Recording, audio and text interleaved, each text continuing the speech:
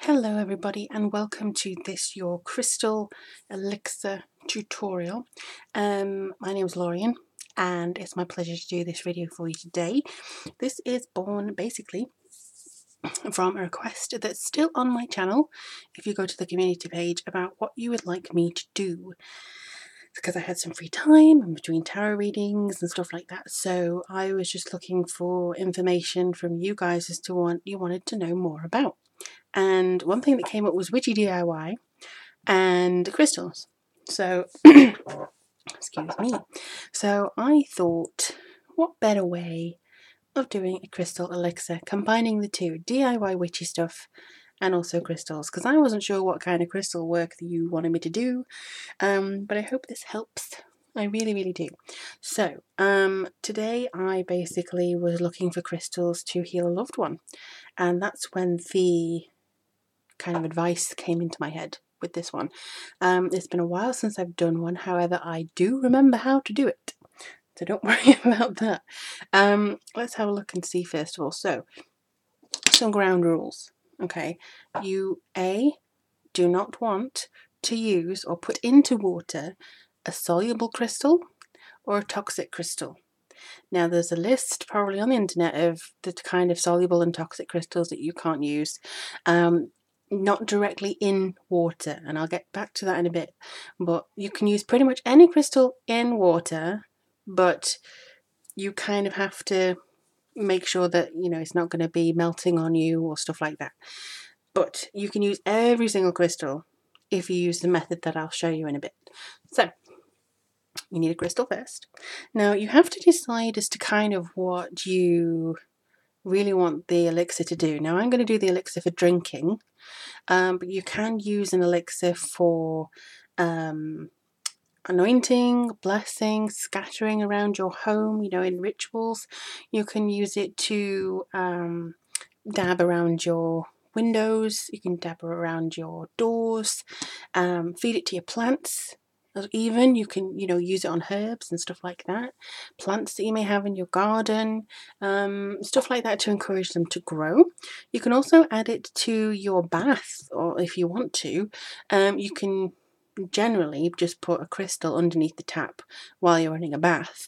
But if you can't be bothered with that, you can just drop a few little bits of water into your bath and that can help you.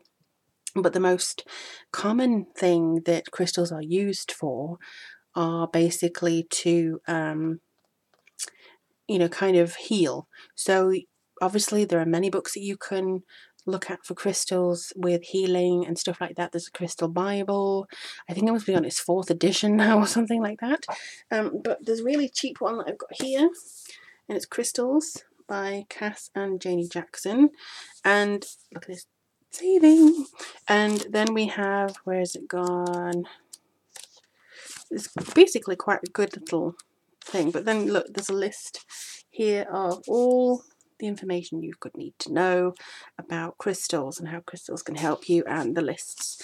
But they're always comprehensive information online anyway for you. And if you want more details, there's Crystals for Everyday Living here that I got for a birthday in a while back, and you know, there's crystals here that help you with emotions and chakras, and everything that you could ever want is in that little helpful guide. So that's just in case you wanted to look into that or have a little bit of a help with that. So let me take a look and see. So first thing you need is a crystal. Anyone will do. Let me just think what I want to do. What do I want to do? What do I want to do? I'm going to make a rose quartz elixir. Now this is a rose quartz. You may not be able to see the colour because it's kind of white light today. So unfortunately this is just going to be a bit bland for your vision, but this is my little group of tiny crystals. I do have some bigger ones like this beautiful amethyst and obviously this healing point here, but this is the basic things that I use most days actually. And I'll just put these over here out of the way of me and my cat, okay, because she is around. Now this one here, next thing you need is water. Now you can use any water. You can use spring water that you've collected yourself, ocean water, but that might be a little bit abrasive to some crystals. You can use tap water. Did I say tap water? Maybe not. Or you can use Evian and that kind of stuff if you wanted to. This is actually moon water that I did in the last full moon, so it's probably not fit to drink anymore, but this is just for demonstration purposes really, and I didn't want to waste it. So this is basically what it's going to be doing, and I'm pretty sure that my little rose quartz will not mind a bath. So basically you get a bowl like this, and these elixirs are if you want to drink the non-toxic and non-soluble crystal elixirs. And the first time I was shown how to do this was at the magic shop that I used to go to years ago, and basically she made me taste 2 different glasses of water. One glass tasted a bit flat and hard, the other glass tasted really, really beautiful. And she basically just, in the blindfold test, asked me which one tasted better, and the other one was the one that she'd only just put the crystal in and did all this kind of stuff. So it does make a difference. You may not be able to taste it, but it does make a difference. So basically, got ahead of me there. You just put the crystal in the water with love and care, unless it demands to be released. And then you can have, it's not necessary, you can just hold your hands like this and sort of imagine your energy going in there. You can put it in the sun for 2 hours, you can put it under the moon overnight, you can do whatever you want with it basically, just so long as you know if it's left in the really, really hot sun, it's probably going to discolor the crystal, and also it's going to make the water taste a bit funky, but you're okay. So this is what I generally do if I want an elixir in a hurry and I can't wait overnight. And a lot of people do say that this is the best way of doing it. So this is a pendulum crystal. This is actually sent to me from my beautiful friend in New Zealand, and it still has the energy of New Zealand in it. It's been here for a while though, so it's kind of diminished unfortunately, but I can still feel it. And then what you do is you just hold it over the basin and watch it get to work. And you can do this for as long as you like, or as long as it's going to take for it to, slow down, that kind of thing. But what this does is draws out the energy of the crystal. It intensifies it. It allows the energy to fill this water. And it's really, really strong. So until this stops twirling around, or until it gives me the no, which, there you go, that's basically how long I do that for. And then I take the crystal out, and I can put this into something like a jar or a glass, and I can drink it. Alternatively, if you're not really into doing that, you can just hold the crystal over the thing and do this with that hand, but I don't have enough hands or camera space to be able to show you how to do that. But this doesn't have to connect with the water. And another method that I will show you to do is just get a little glass that's smaller than your bowl, put it in there, hopefully it won't float, and then this is a good thing for soluble and for toxic crystals. So you put the glass in the middle of the water, there's no water in the glass, and all you do is you place the crystal in the middle of the glass. I don't know whether you can see, but that's it there. And that energy will still seep out through the glass into the water around it. So for instance, you have some malachite or some selenite, which is soluble. If you don't want to use that in the water, which I would recommend you don't, you can just put it in the middle like that, and it'll seep out. And you can do this again with it, so it can go around and it can actually seep into the water, or you can leave it again on the windowsill under the moon, and that'll still basically affect the water. You can also use quartz points like these to try and draw the energy in. So you hold it like that. Oh, this is going to be awkward. So you can use it like that, and then do that around it. That really does intensifies the energy of the crystal. So if I just take that out for a second. And the benefit of this as well is that if you don't really want to use your best crystals in there, you can just kind of pop them in there.